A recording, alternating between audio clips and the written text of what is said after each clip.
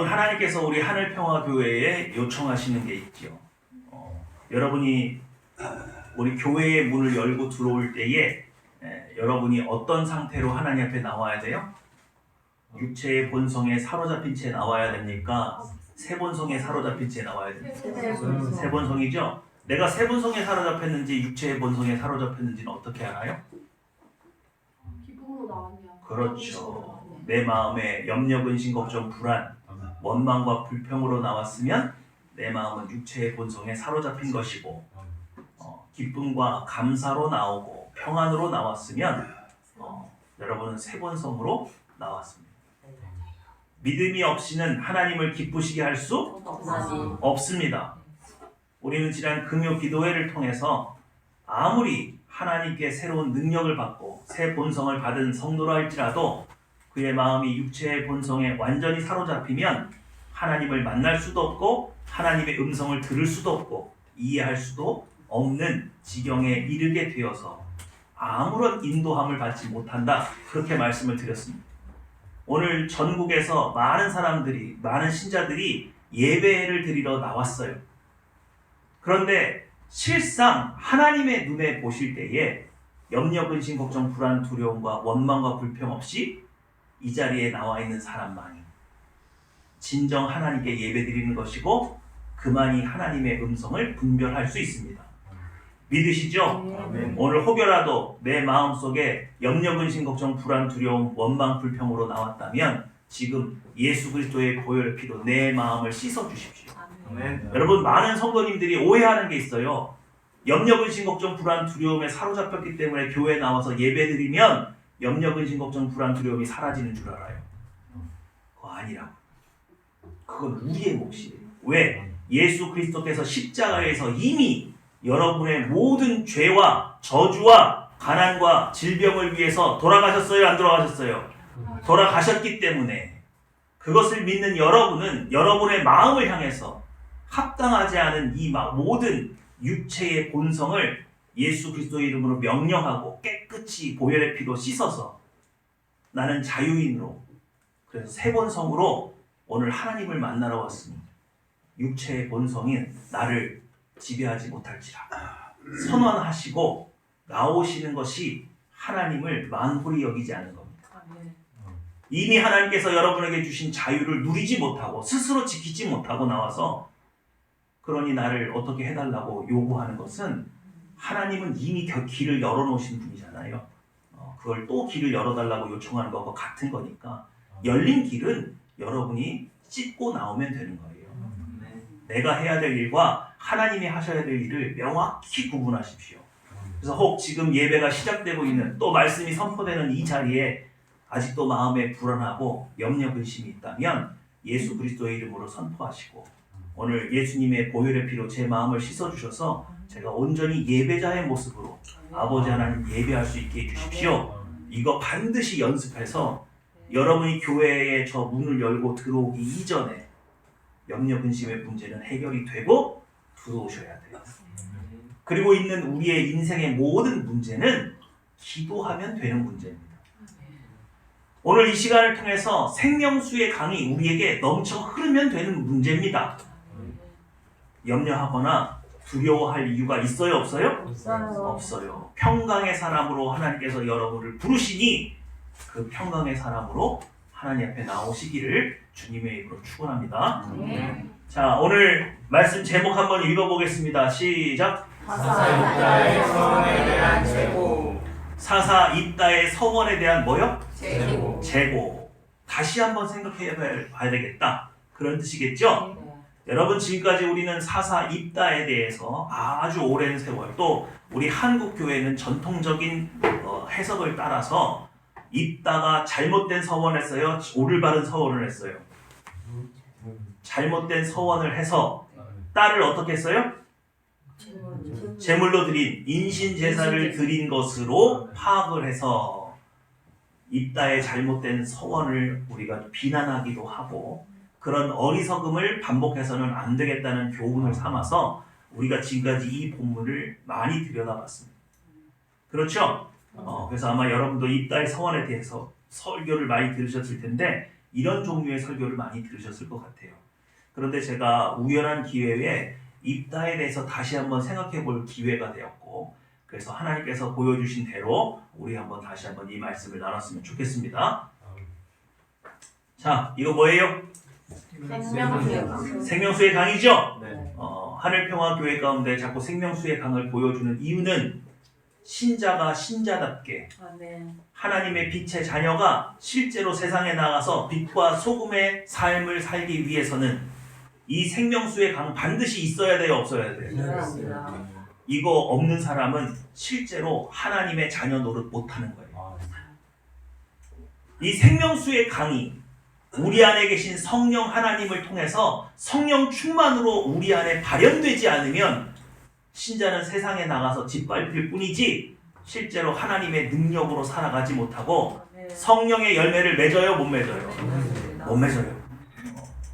그러니 여러분 반드시 신앙생활 하시면서 훈련 받으시고 부단히 노력해야 될 것은 여러분 배에서 생수의 강이 넘쳐 흐르는 삶을 구현해 내시는 것은 여러분의 몫으로 되어 있습니다. 믿으시죠? 사실은 하나님 앞에 예배드리러 나오는 게 보통 수준은 아니에요. 육체의 본성을 이겨야 되죠? 또 성령 충만으로 이 생수의 강이 우리 안에 흐르게 만들어야죠? 그럴 때 비로소 하나님을 만났을 때 성령의 열매가 우리의 삶 가운데 맺히게 되고 하늘의 상급이 쌓이는 삶을 살 수 있게 됩니다. 그래서 하나님께서는 우리 하늘평화교회를 굉장히 독려하시는 거예요. 기대하시는 겁니다. 여러분의 삶 가운데 반드시 성령의 열매가 있는 삶이 되기를 주님의 이름으로 축원합니다. 자, 오늘 입다의 서원에 대한 쟁점이 있습니다. 두 가지인데요. 첫 번째입니다. 정말로 딸을 번제로 드렸나? 두 번째는 그렇다면 정말로 하나님께서는 인신 제사를 받으셨나? 레위기에 보시면 하나님께서 인신 제사를 가증한 것으로 여기셨습니다. 그리고 오늘 사사 입다가 맞서 싸운 대적이 어느 족속이에요? 잠시만요. 본문 읽었는데 기억이 안 나. 암몬 족속이에요. 그런데 이 암몬 족속은 사람을 인신 제사 드리는 족속입니다. 그런데 만약에 이런 인신 제사를 드리는 암몬 족속과 대적해서 싸우는데 이스라엘의 지도자인 사사 입다가 자신도 동일하게 인신 제사를 드려버리면 되는 거예요, 안 되는 거예요?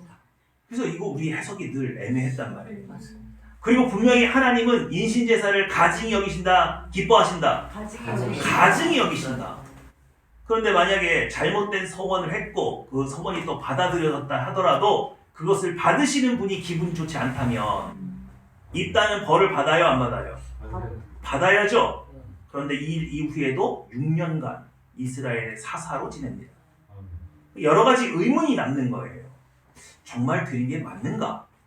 정말 하나님께서 이 잘못된 서원을 받으실까? 우리는 신약 성경을 통해서 내가 하나님 앞에 뭔가를 기도할지라도 육체의 정욕에 휩싸여서 기도하면 하나님께서 그 기도 받으신대요, 안 받으신대요? 안 받으신다고 우리 배우고 알고 있지 않습니까? 그러면 그런 신약 성경과 구약 성경의 공통된 신앙의 원리에 의하면 하나님은 비록 입다가 인신 제사를 드렸다 할지라도 이 제사 받으시는 거예요, 안 받으시는 거예요? 안 받으셔야 맞죠. 그러면 뭐가 좀 있는 거죠. 우리가 뭔가 입다에 대해서 오해하고 있거나 잘못 알고 있는 부분이 분명히 있는 겁니다. 그래서 입다에 대한 이 오해를 좀 풀어야겠다 생각을 해서 제가 좀 뒤져봤어요. 자, 입다에 대한 제 평가 시작. 내가 무슨 말을 더하리요 기도 나라 상속입니다. 다른 및 사회나 선지자들의 일을 말하면 내게 시간이 부족하리로다. 히브리서 11장은 믿음의 영웅들을 기록해 놓은 영웅장인데 거기에 당당하게 누구의 이름이 있어요? 입다가 있어요. 여러분 이스라엘의 사사 중에 여기 들어가지 않은 사사가 더 많아요. 입산 들어보셨어요? 상갈도 없어요. 상갈도 잘 기억이 안 나죠. 그런데 여기 당당하게 누가 들어가 있어요? 입다. 입다가 들어가 있는 것을 보니 이 혼돈의 사사 시대에 꽤 뭔가 제고할 만한 믿음의 가치가 있는 사람, 그죠? 그래서 좀 생각을 다시 해봐야겠다. 이 정도로 평가받는 사람이라면 그렇게 그릇된 서원을 할 리가 없다. 한번 좀 더 생각해보자. 그래서 히브리서 11장을 근거로 다시 한번 이 딸을 재고해보려고 합니다. 자, 그래서 요거 작은 글씨인데 보이실까요? 네. 한번 읽어볼까요? 시작! 전통적인 경우는 이따가 전쟁에서 승리할 경우 하나님께 신세사를 드리겠다고 서원했으며 실제로 자신의 딸을 먼저 바친 것으로 보는 것이다. 이 견해에 대해서는 중세 이전까지만 해도 별다른 논쟁이 없었다. 그러나 중세 이후에 이에 반대되는 견해가 많지 않게 제기되어 왔다. 즉 이따는 신세사를 연결되고 서원하지 않았으며 따라서 딸을 번제로 드리지 않고 다만 성막 봉사자로 하나님께 드렸다는 것이다. 이 견해의 대표적인 인물로는 랑게, 보스, 컴피치 등을 들 수 있다. 제가 이걸 어디서 발췌해 왔냐면 옥스퍼드 원어 성경 대사전에서 발췌를 해왔거든요. 그러니까 이거 좀 뭔가 이상한데? 라고 생각하는 것이 중세 이후부터 그거 아닌 것 같아. 이거 번역 잘못된 것 같아. 다시 해석해야 될 것 같아. 라는 것이 신학계의 전반적인 주류를 이루고 있다. 이거예요. 이해가 되시죠? 네. 그럼 왜 중세 이후에 이런 일이 일어납니까? 종교개혁. 종교개혁도 종교개혁이면 그것보다 훨씬 전이에요. 네, 중세니까. 이때 히브리 문법이 좀 발달해가지고 이해가 좀 쉬웠어요. 보편화가 됐어요. 그래서 좀 더 성경 원어에 접근하기가 용이해졌어요. 그러다 보니까 차이가 있는데? 라는 거를 발견하게 됐다는 거예요. 그러니까 오늘 제가 여기에 대한 반론을 제기한 것이 차승봉 목사 개인의 해석인가 봐. 이거 믿어야 돼 말아야 돼 그게 아니라 옥스퍼드 성경 원어 대사전을 찾아보면 이런 반론이 있다라는 것을 여러분 염두에 두시고 제 개인적인 해석은 아니라 일개의 목사가 감히 해석한 게 아니라는 것을 여러분 염두에 두시고 좀 이해를 하셨으면 좋겠어요. 제가 저 혼자 떠들었다 그러면 아무도 안 믿을 것 같아가지고 제가 근거를 확실하게 찾으려고 애를 많이 썼어요. 자, 우리 첫 번째 한번 반론을 한번 읽어볼게요. 시작. 한글개혁성경 사사기 11장 37절에서 39절은 이따가 딸을 번제로 드렸다는 입장에서 죽었다라는 말을 삽입하였으나 히브리어 원문에는 이 말이 없다. 네. 내가 처녀로 죽음을 인하여 애곡하겠나 이런 말 있잖아요. 네. 근데 히브리어 원문에는 죽었다는 표현은 없어요. 이해가 되세요? 네. 그러니까 죽었다는 표현이 없다. 첫 번째 반론입니다. 두 번째 시작. 사사기 11장 39절은 이따가 딸을 번제로 드렸다고 말하지 않고 단지 그 소원한 대로 딸에게 행하였다라고 기록할 뿐이다. 자, 이렇게 말하면 그러니까 번제로 드리겠다고 서원한 거 아니요? 이렇게 얘기할 수 있죠. 근데 그건 뒤에 좀 나오니까 일단 여기까지만 이해를 하세요. 자, 3번 시작. 사사기 11장 40절에서 39절에 보면 이따의 딸의 처녀상이 강조되고 있는데 이것은 그녀가 처녀로 평생을 지내게 되었음을 강조하기 위함이다. 여러분, 사람을 하나님께 드리는 방법이 있어요, 없어요? 있어요. 어떻게? 사무엘처럼 서원해가지고. 서원에서 어떻게? 그걸 뭐라 그래요?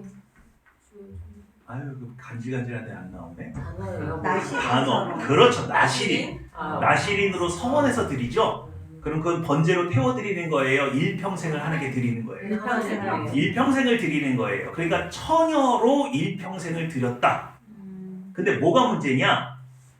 여러분 사사기를 읽어보다 놀라는 게 뭐냐면요. 이 사사들이요. 자식이요. 기본이 30명이에요. 부인은 몇 명이에요? 많죠? 근데 입단은 희한해요. 무난 동료 외딸 하나예요. 그리고 그 이후에도 자손이 있다는 기록이 없어요. 그러니까 입단은 부인이 몇 명이에요?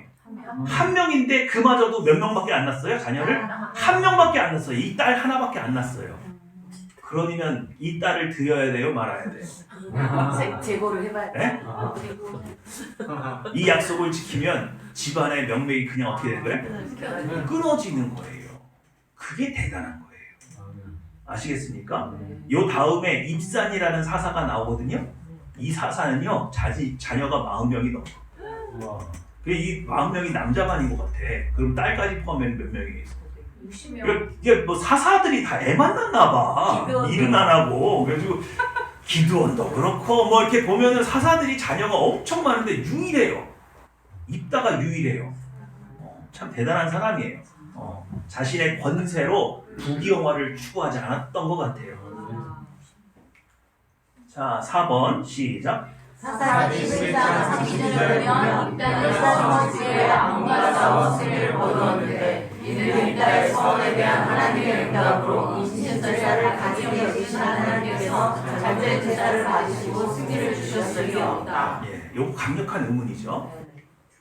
자, 시작. 사사기 11장 40절에 애곡하더라라는 말의 원어적 의미는 찬송하더라, 기념하더라는 것으로 인신제사를 가지는 것이 규례가 되어 영원한 이유가 있을 수 없다. 네, 우리 말의 번역이 애곡하더라. 그러니까 처녀로 죽었다고 번역을 해놓으니까 같이 뭐 한 걸로?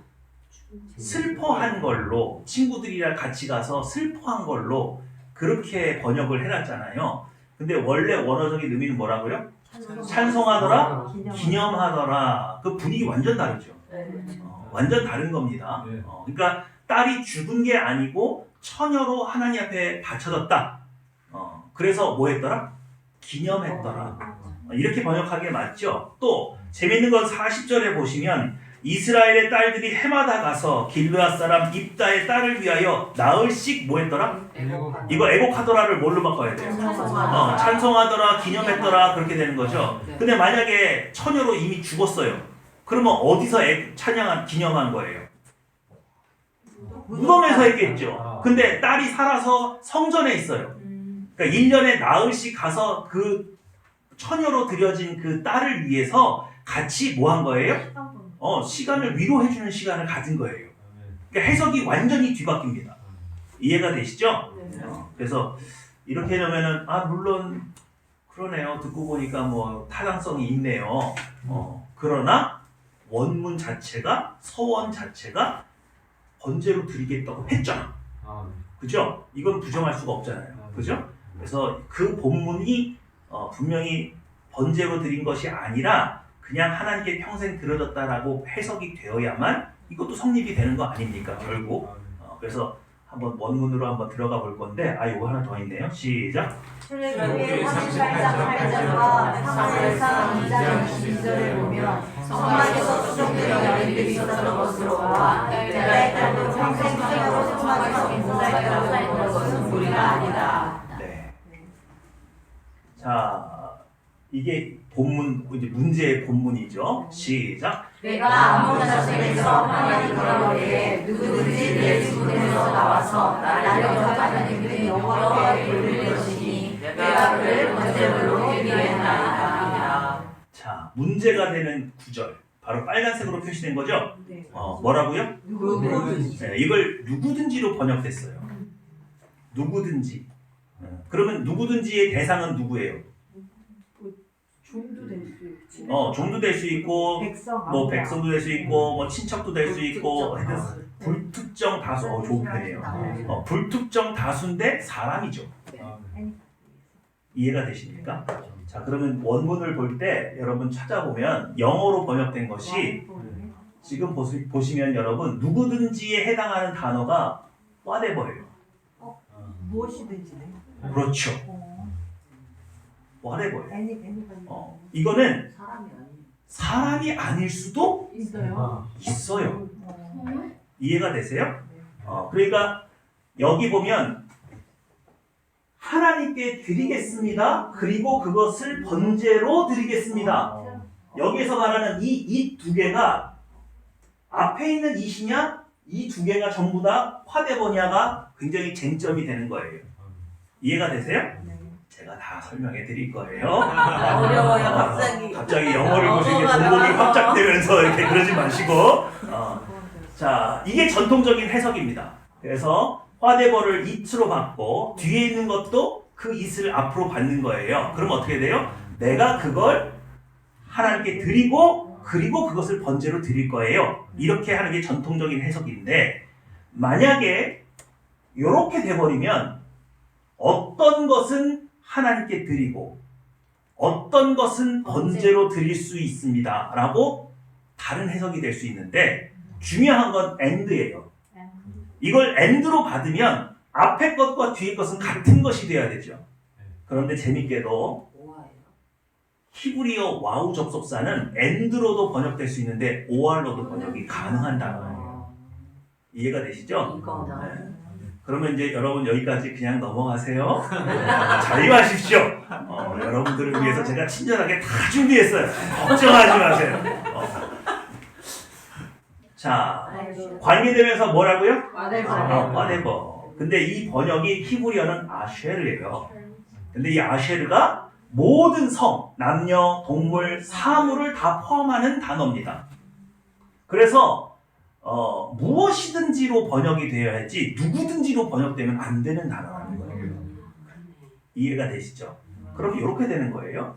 시작. 무엇이든지 내 질문에서 나와 나를 영접하는 그는 여호와께 드릴 것이니 내가 그를 번제물로 드리겠나이다. 자, 누구든지에서 무엇이든지 바뀌었으면 뭐가 달라지나요? 누구든지는 사람이지만 네. 무엇이든지는 동물도 하잖아요. 그렇죠. 여러분 시골집에 가면 누가 먼저 나를 반겨줘요? 이렇게 되는 겁니다. 그러니까 이때는 방목을 했기 때문에 집에서 키우는 개도 되고 양도 되고 뭐 여러 동물 소도 있을 수 있고 무엇이든지 이해가 되시죠? 꼭 사람이 아닐 수도 있다가 되는 거예요. 근데 그것을 and로 받았죠? 이제 OR로 한번 받아볼까요? 시작. 무엇이든지 내 질문에서 나와서 나를 영접하는 그것을 사람이면 여호와께 평생을 드리겠고 동물이면 내가 그것을 번제로 드리겠나이다. 이렇게 번역이 가능하다. 이게 더 맞는 것 같죠. 그래서 원래는 이렇게 번역돼야 되는 게 맞아라는 게 중세 이후에 주장되고 대두되기 시작했다고요. 왜? 히브리어를 완전히 이해하기 시작해서 문법화된 거에 중세 이후거든요. 무슨 말인지 아시겠죠? 네. 그러니까 이거 번역이 잘못된 건데 누구든지가 아니라 뭐요? 무엇이든지. 그리고 그것이 사람이면 여호와께 뭐하고? 평생을 드리고 동물이나 짐승이면 뭐 어떻게? 번제물로 드리겠다. 이렇게 말을 한 것을 우리가 번역을 잘못했으니까 마치 입다가 어리석게도 뭐한 사람처럼 인신제사를 드리는 것처럼 그래 놓으니까 이제 누구까지 의심스러워요?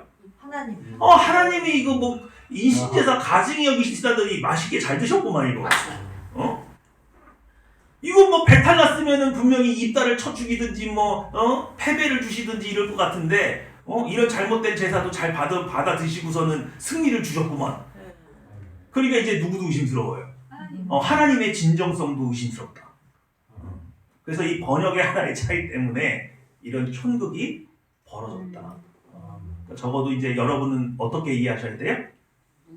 무엇이든지. 그래서 사람이면 하나님께 평생 드리고 짐승이면 번제물로 드린다. 그렇게 하기로 했죠? 여러분은 하늘평화교회에 계세요. 여러분 제가 누구 구명위원이라고요? 본디오 빌라도 구명위원회 회장이라고요. 본디오 빌라도가 예수를 십자가에 못 박았어요? 유대인이 못 박았어요? 유대인이 못 박았잖아요. 근데 전 세계에서 사도신경에 본디오 빌라도에게 고난을 받으사라고 고백하는 민족은 누구밖에 없다고요? 대한민국밖에 없어요. 번역이 잘못됐어요. 영어도 안 그러고 라틴어도 안 그러고 제가 다 찾아봤는데 우리나라만 그래. 그럼 영어랑 라틴어는 무슨 뜻이냐? 본디오 빌라도 치세하에 고난당하신 그 예수. 예수라는 이름이 흔한 이름이었어요, 당시는. 그래서 예수는 예수인데 어느 시대에 두고 본디오 빌라도가 총독으로 있을 때 십자가에 달려 돌아가신 그 예수라는 뜻으로 본디오 빌라도 치세하에로 번역해야 될 게 본디오 빌라도에게로 돼가지고 맨날 누가 쳐주길로 됐어요. 여러분 성경 읽어보셨죠? 네. 빌라도가 예수님을 놓아주려고 얼마나 애를 썼습니까? 그렇죠. 그의 부인이 전날 꿈을 꿔가지고 내가 이 사람을 위해서 굉장히 애를 많이 썼다고 힌트까지 줘가면서 그래서 좀 매질을 해서 내보내면 그냥 만족할까 해서 매질도 해보고 바라바하고 이 사람 누구 둘 중에 누구 놓아줄까 했는데도 바라바 선택하고 적상이 안 돼. 끝까지 누구를 하겠다고. 그게 유대인이지 본디오 빌라도예요? 아니잖아요. 이게 번역 하나가 이렇게 잘못되면 한 사람의 인생이 이렇게 비참해져요. 제가 빌라도가 천국에 가 있는지 모르겠는데 천국에 가보세요. 아니 왜 한국 성도들만 나 왜 나쁜 놈이라 그래요? 그러면서 억울합니다. 그럴 거 아니에요.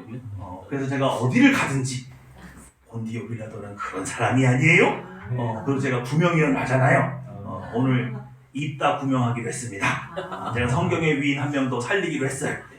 그래서 이제 하늘평화 교인 여러분들은 입다 그러면은 지금까지 입방 좀 떨어가지고 잘못된 서원으로 딸을 인신제사 드린 성경도 모르는 무식한 사람 이렇게 생각하셨는데 여러분 성경 자세히 읽어보십시오. 입다가 얼마나 이스라엘 역사에 대해서 정확하게 이해하고 있는지 몰라요.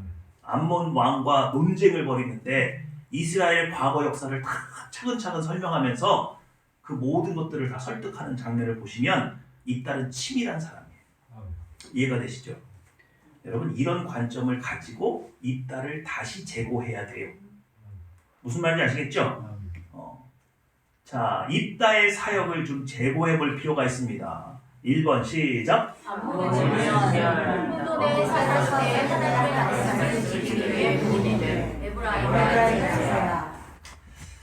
여러분 이 사실은 이 서원의 번역이 잘못돼 가지고 우리가 자꾸 입다를 하면 이 잘못된 서원에만 자꾸 포커스를 맞춰서 이해를 하는데 진짜는 뒤에 나와요. 무슨 일이 있었는지 설명을 드리면 자 이스라엘 백성은 이때 당시 암몬 족속을 이겼어요? 졌어요? 졌죠? 그러니까 입다가 아니면 이겨요? 못 이겨요? 못 이겨요. 그런데 입다가 대승을 거두고 나니까 에브라임 족속이 올라와서 뭐라고 시비를 거느냐? 왜 우리 안 불렀어? 거들먹거리면서 시비를 걸어와요. 그러면 왜 갑자기 에브라임 지파가 올라와서 시비를 걸죠?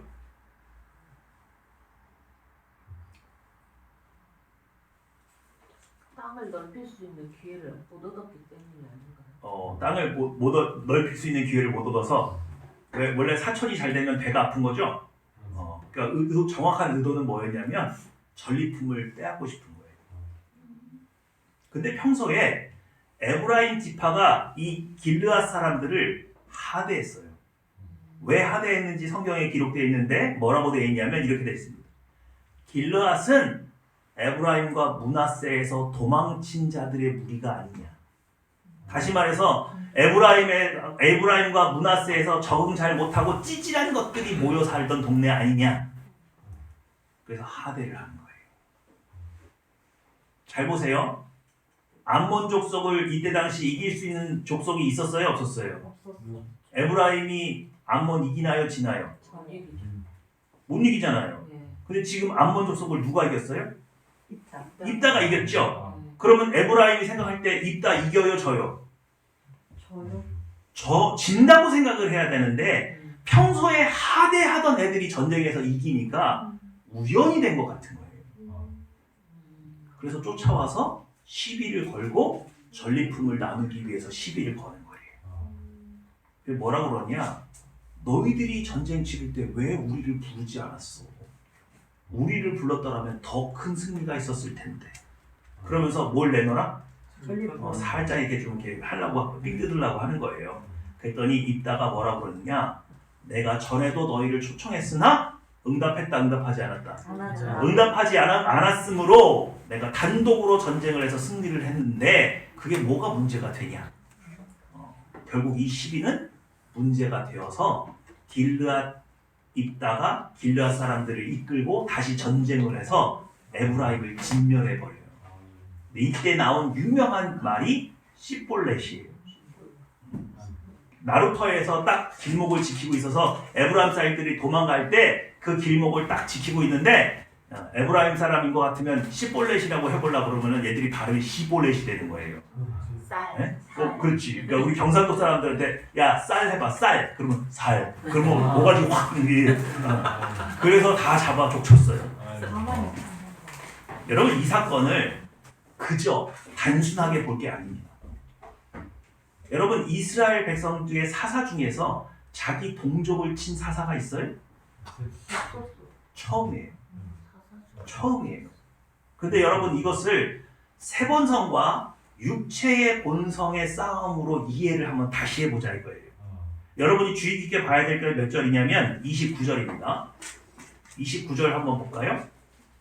시작. 여호와의 영이 유다인에 임하니 이따가 빌라스를 이스라엘에게로 빌라스를 이스라엘에서 아몬 자손에게로 나아갈 때 자, 입다에게 누가 임하였어요? 성령이 여호와의 영, 성령이 임하셨어요. 그러면 지금 입다는 육체의 본성으로 살아가고 있어요? 세본성으로 살아가고 있어요? 세본성으로 살아가고 있죠. 근데 여기에 만약에 사심이 들어가고 죄를 지었으면 육체의 본성으로 바뀌죠? 그러면 성령은 어떻게 돼요? 이건 구약시대니까 떠나요. 이해가 되십니까? 그런데 하나님이 계속 같이 있죠? 함께 동행하시죠? 그러니까 입다는 지금 어떤 상태를 유지하고 있는 거예요? 성령 충만을 유지하고 있는 상태인데 겁도 없이 누가 덤벼요? 에브라임이 덤벼요. 그러면 에브라임은 선한 의도로 왔어요? 악한 의도로 왔어요? 악한 의도로 왔다는 것은 그들이 이스라엘 백성이지만 무엇의 지배를 받고 있어요? 육신의 정욕의 지배를 받고 탐욕으로 나왔죠. 그리고 교만으로 나왔어요. 그래서 영의 사람과 육의 사람이 지금 충돌을 해버린 거예요. 그랬더니 누가 박살났어요? 육의 사람. 육의 사람들이 박살이 났다. 여러분 사사시대는요 하나님의 보시기에 옳은 대로 행했어요? 자기들이 보기에 옳은 대로? 자기들이 보기에 옳은 삶을 살았어요. 하나님의 말씀의 기준이 분명히 제시되어 있으나 그것을 자신의 인생의 기준 삼지 않고 스스로 새로운 기준을 저마다 세워서 저마다 소견에 옳은 대로 살았던 혼돈의 시대입니다. 그 혼돈의 시대에서 입다가 빛나고 있어요. 왜? 입다는 한번 하나님께 한 서원을 지켜요, 안 지켜요? 지켜요. 여러분 이런 사사가 없어요. 제가 다시 한번 보여드릴까요? 삼손 말씀 지키면서 살았어요? 어기면서 살았어요? 기드온은요? 그저건 그런가 했더니만 나중에 처음에는 잘 하나 싶더니 나중에 이상해졌죠? 에봇을 금으로 만들어서 우상 만들고 모든 이스라엘 백성들한테 금 귀고리를 목걸이 달라고 해서 자기 부를 챙기고 그래서 자기 자녀들은 왕자처럼 살았죠.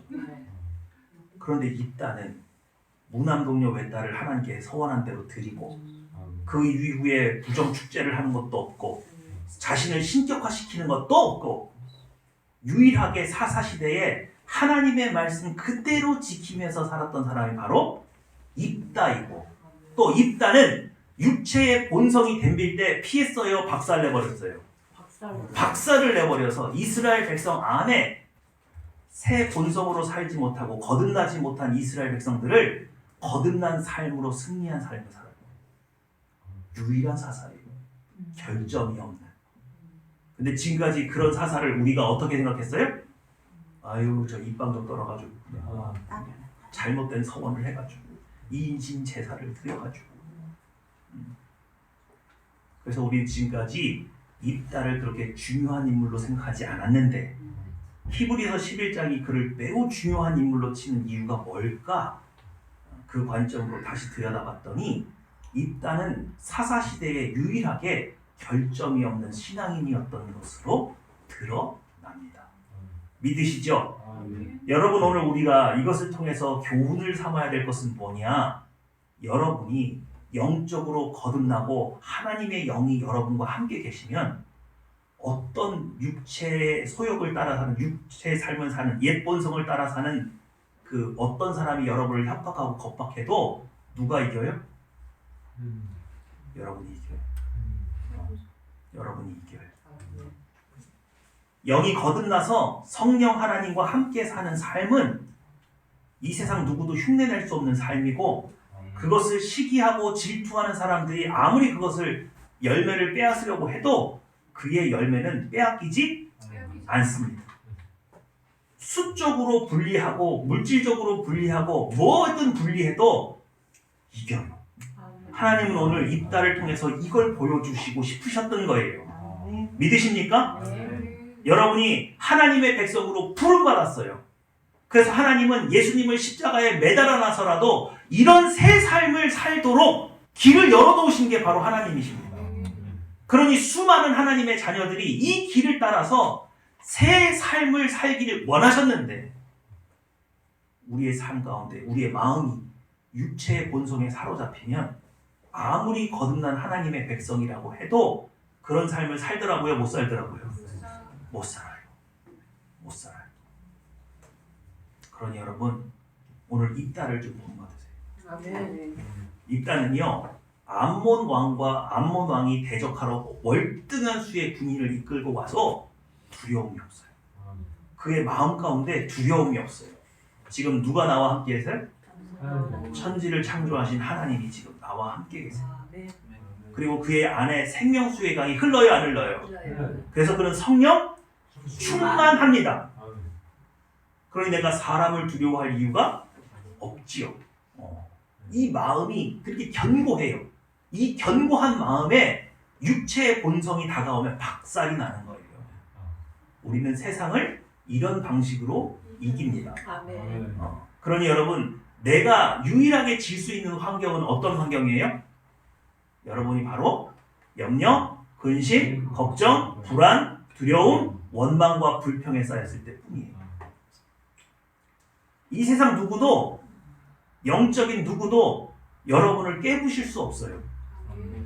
여러분이 이런 육체의 정욕에 휩싸이지 않고 새 본성으로 살아갈 때 아무도 여러분을 이길 수 있는 사람이 없습니다.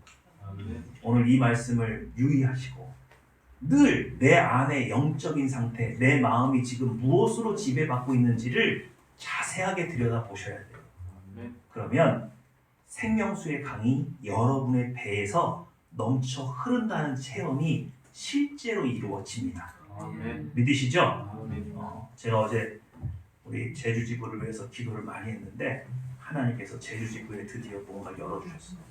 그래서 이제 제주도에서 기쁜 소식이 들리겠구나. 기도 많이 하셨나봐요. 답답해가지고 항상 이렇게 뭐가 맥혔는데 어제 드디어 뚫렸어요. 여러분, 이거 굉장한 거예요. 영적인 이런 일들이 기도를 해보시다 보면 여러분, 제가 이걸 꼭 여러분도 체험해 보셨으면 좋겠어요. 이건 말로 설명이 안 돼요. 그리고 생수의 강이 넘쳐 흐른다는 개념도 여러분이 머릿속에 상상하고 있는 것하고 달라요. 체험해 봐야만 설명이 되고 이해가 되는 개념이에요. 그런데 그것이 이 성령 충만을 유지하고 어느 정도 쌓인 뒤에 나타나는 현상이지 바로 그 자리에서 나타나진 않더라고요. 지금 하늘평화교회는 이런 생명의 충만으로 넘어가고 있습니다. 용인에 지부가 생겼는데요, 제가 원하던 지부가 생겼어요. 안 믿는 사람, 오랫동안 교회를 다녔지만 지금은 냉담자가 돼서 안 나오는 사람, 가정에서 혼자 가정 예배 드리는 사람, 그래서 5명이 모였어요. 그래서 판교 지부에 제가 요청을 했더니 흔쾌히 도와주겠다. 여러분, 그 참 차목사가 유능하지만 유일하게 못하는 게 찬양이잖아요. 거기에 우리 상현 형제라고 있는데 도와주겠다고. 그래서 수요일마다 용인에서 예배 드리는데 판교에 있는 그 형제들이 와서 또 섬기기로 그렇게 약속을 받았습니다. 교회 안에 드디어 이런 일들이 많이 생겼어요. 여러분, 제가 오아람 집사님하고 같이 숭실대에서 채플 리더로 섬기고 있는데 대학생들 만나서 같이 이렇게 교제하기 힘들잖아요. 근데 우리 여기 시원자매도 여기 있고 최진아 집사도 있지만 제가 캠퍼스 사역을 안 한 거 아닙니다. 오랫동안 했어요. 그런데 제가 이번에 숭실대 가서 너무 놀랐어요. 여러분, 제가 개종하고 내려와서 처음 교회 다닐 때 제가 인원고등학교 다녔는데 한 반에 60명 있었어요. 근데 제가 궁금했어요. 정말 불가지론자라는 게 존재하는지. 여러분, 불가지론자라는 게 뭐냐면 사람이 죽으면 끝이라는 거예요. 영혼이 없다는 거예요. 천국과 지옥도 없다는 거예요. 그냥 사람은 이렇게 살다가 죽으면 끝이라는 거예요. 이게 불가지론자예요. 불가지론자를 왜 중요하게 생각해야 되냐면 영혼이 없다고 생각하는 사람한테 복음을 전할 수가 없어요. 도대체 불가지론자는 왜 생기는 거고 이 사람은 어떻게 해야 전도할 수 있는 건가? 이들은 그냥 사법적 암벽 상태로 태어나가지고 복음을 도저히 받을 수 없는 저주받은 인간들인가? 오해를 했어요. 그런데 계속 이런 불가지론자들을 만나다가 불가지론자 중에서 전도가 되는 케이스가 나왔단 말이에요. 그걸 경험하고서 깨달은 게 뭐냐면 가정에서 어린아이들이 성장할 때 부모에게 배신감을 느끼거나 부모로부터 사랑을 온전히 받지 못하면 이 아이들의 사고체계가 바뀌어요. 어떻게 바뀌느냐? 내가 직접 검증한 거 외에는 안 믿어요. 부모나 선생님이나 이런 사람들이 조언을 해줘도 안 받아들여요. 내가 직접 체험하거나 검증한 거 아니면 있다고 생각 안 해요. 그래서 영적인 지식이 전달이 안 되는 거예요. 무슨 말인지 아시겠어요? 네. 제가 이번에 뭐에 놀랐는 줄 아십니까? 숭실대학에 가서 저한테 배당받은 학생이 7명이에요. 근데 제가 물어봤어요. 사람이 죽으면 어떻게 되느냐? 4명이요. 사람이 죽으면 끝이에요. 채플 왜 드려요? 이거 채플 교재 다시 만들어야 돼요. 얘네들의 정서를 만지지 않고는 복음이 들어갈 수가 없는 아이들이 제가 60명이 있을 때 6명 있었어요. 6명. 10%였어요. 10%. 지금은 가정이 많이 해체되고 많이 깨지고 부모에 대한 게 신뢰가 사라지고 아이들은 그냥 공부하는 기계처럼 학원을 다니고 그러니까 7명 중에 4명이 불가지론자가 됐어요. 기독교는 지금 뿌리채 말라있는 겁니다. 앞으로 아무리 많이 청년들이 생산이 되어도 그들은 복음을 받아들일 수 있는 토양 자체가 안 돼요. 가정을 해체했다는 게 이런 결과를 나올 줄 몰랐어요. 제가 이번에 깜짝 놀랐어요. 교회가 한참 뒤떨어진 전략을 세우고 있다. 사탄은 이미 사람들의 영적인 기능을 메마르게 만들어서 가정을 해체해가지고 영적인 세상을 받아들일 수 없는 정서를 만들어놨는데 거기다 대고 복음을 전한다? 아니요, 절대로 안 돼요. 대학생 선교 다시 시작해야 돼요. 제가 이번에 너무 놀랐습니다. 우리가 지금 이런 시대를 살고 있다는 거 얼마나 두려운 일인지 몰라요. 그러니 여러분, 그들을 다시 살릴 수 있는 거는요, 여러분들의 영적인 활동이 자신의 삶과 대비가 돼야 돼요. 마치 오늘 입다의 삶과 이 에브라임 사람들의 삶이 극명하게 달라지는 것처럼 삶으로 여러분이 하나님을 의지하고 사는 삶, 성령 충만한 삶이 무엇인지 그들 젊은 세대에게 다시 보여주지 않으면 그들은 그런 삶이 있는 것조차도 모르고 살다 갈 거예요. 믿으십니까? 네. 이거 하늘평화교회가 반드시 풀어야 될 숙제입니다. 여러분 안에 있는 영적인 삶 점검하셔서 내가 정말로 세 본성에 걸맞는 삶을 살고 있는지 꼭 확인하시고 하나님 앞에 하나님 제가 기도했잖아요. 왜 안 이루어주세요? 아니요. 너는 염려, 의심, 걱정, 불안, 두려움의 옛 본성으로 나오지 않았니? 내가 너에게 새 본성을 주기 위해서 예수를 십자가에 못 박고 성령을 주었는데도 너는 어째서 아직도 육체의 본성에 매여서 살고 있니? 그건 하나님을 만홀히 여기는 거라고. 하나님의 희생을 웃음거리로 만드는 거라고요. 그러니 먼저 여러분의 삶을 제고하십시오. 그리고 여러분 주변에 있는 청년들에게 하나님을 의지하고 사는 삶, 여러분 안에 있는 평안, 평강을 삶으로 구현해줘서 보여주지 않으면 그 세대는 안 믿을 거예요. 믿으시죠? 우리에게 이런 막중한 사명이 있다는 거. 우리의 신앙은 문화가 되어서 다시 그들에게 이해되어야 합니다. 교리나 종교적인 모습으로 가서는 안 되고 기독교 문화, 기독교 가정 문화가 있어야 돼요.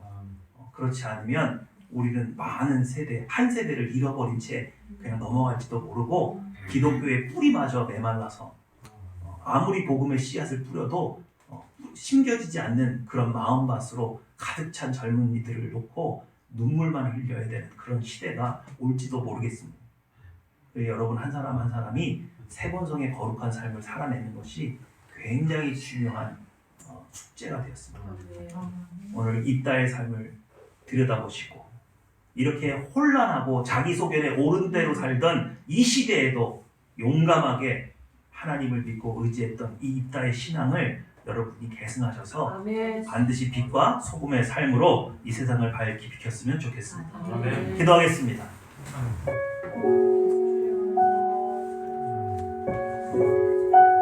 오늘 하루 하나님을 믿고 예수님이 나를 위해서 돌아가셨는데도 나는 염려, 근심, 걱정, 불안, 두려움에 살다 오지 않았습니다.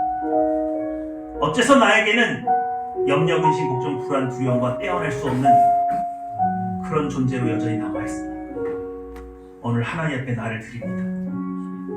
육체의 본성이 아닌 거룩한 새 본성으로 하나님께 나를 드리기 원합니다. 그러니 새 힘 주시옵소서. 깨끗하게 하여 주시옵소서. 성령으로 충만케 하여 주시옵소서. 기도하시겠습니다. 메데베 카라마리가 다레 키도니 카라마리가 다레 키도시가 마리가 다레 카라마리가 다레 키도시가 다레 메데베 카라마리가 다레 다레 카라마리가 다레 카라마리가 다레 키도니 카라마리가 솔바리가 다레 키도니 카라마리가 다레 키도시가 다레 카라마리가 다레 키도시가 다레 절대가 마리가 다레 키도니 카라마리가 카라마리가 다레 키도니 카라마리가 다레 키도시가 다레 메데베 카라마리가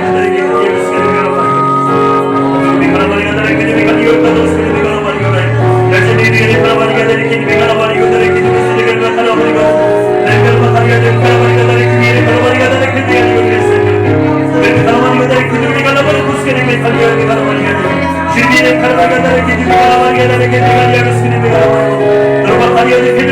카라마리가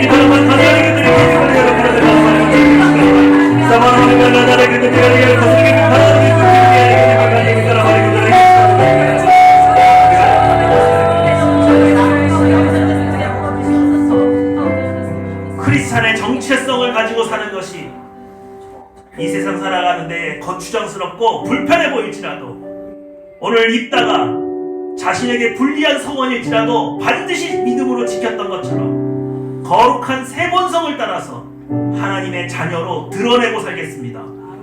그러니 우리의 필요한 이 모든 것을 채워주셔서 제가 작은 예수로 살 수 있는 능력 있는 사람이 되게 해주십시오. 이 모든 것을 더해 주십시오. 다 같이 기도하시겠습니다.